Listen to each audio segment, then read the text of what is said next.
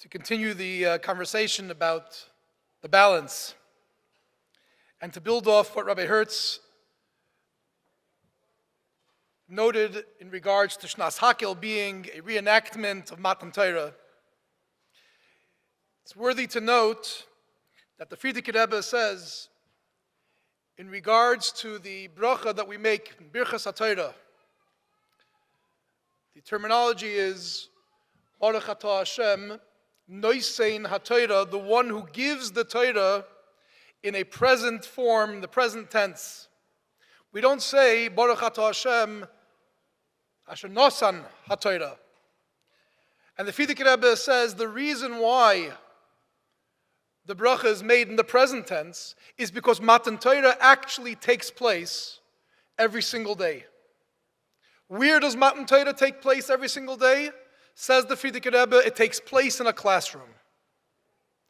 When a mechanech or a mechaneches teaches Torahs Hashem to their students, this is once again a reenactment of Matan Torah.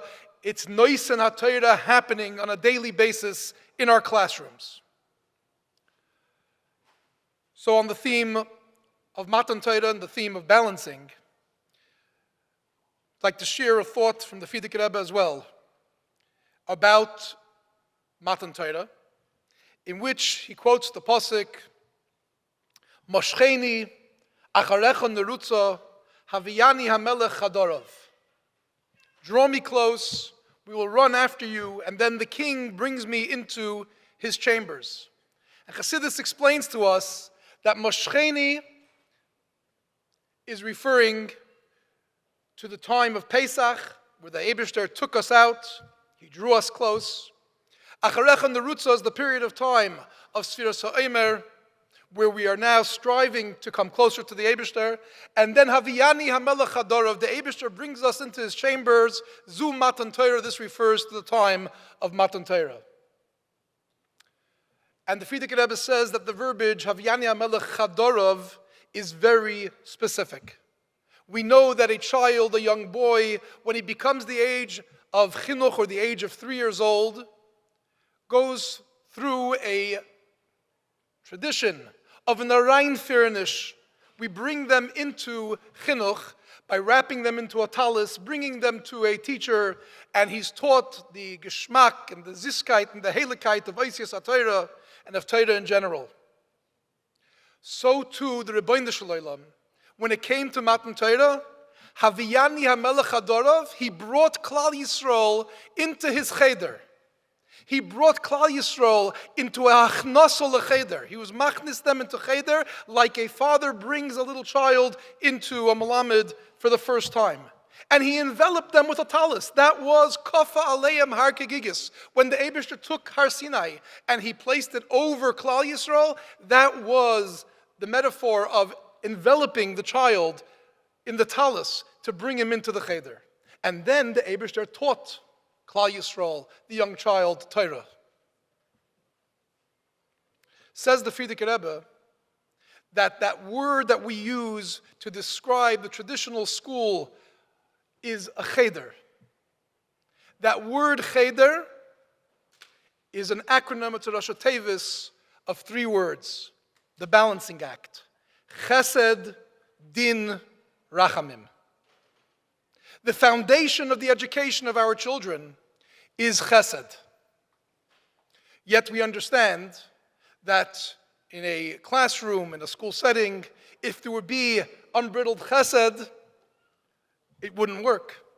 And therefore there's a need for an element of din, but ultimately that fusion, which is expressed through tiferes, rachamim, that is the key of the balancing act that is necessary for us to be successful in the education of our children. To be sure that in this day and age, if we look at the Rebbe's Torah, we look at answers from the Rebbe, letters from the Rebbe, sichas from the Rebbe, particularly in the later years, perhaps most notably of Lag BaOmer Tov Shinun, where the Rebbe emphasizes that while once upon a time the need for emphasis on Sur Meirah, perhaps Kabbalah soil, was paramount. In this day and age, the path for educating is through chesed. It's through the kav of chasadim. And this is true in the world at large, in the way the Rabbi Shalom deals with the world in this day and age. The Rebbe said at that Lag BaOmer Sicha.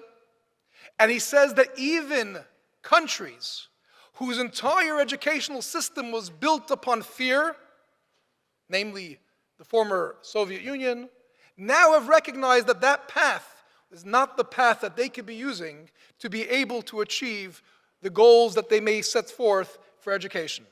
So while standards and the need for Seder, the din, is a part of the process, and Torah zu lo teh muchlefes, nothing can change when it comes to the Yesodus of Emunah and the Yesodus of Torah and Chassidus, the approach of how we are going to get that across to our Talmidim and Talmidos, says the Rebbe, in this day and age, the balancing act is to focus primarily getting that across through the kav of chesed. Certainly when dealing and talking to mechanchos, this idea of being able to give messages and chinuch through the kav of chesed is most apropos. There's a siyum that the Rebbe made, Chafav, Tafshin Chafei, the year that Rebbe Tzimchana passed away. And I'm not going to get into the entire siyum.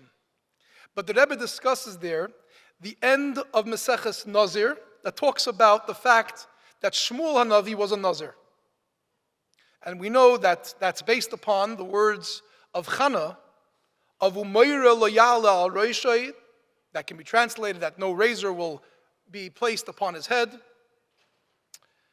And the question that's asked is, the halacha is that only a father can make their child a nazir. A mother's statement is not going to obligate the child to become a nazir.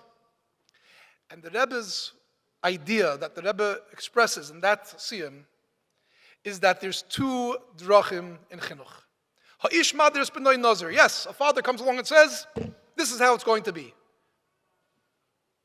Out of fear, the child may acquiesce and do it.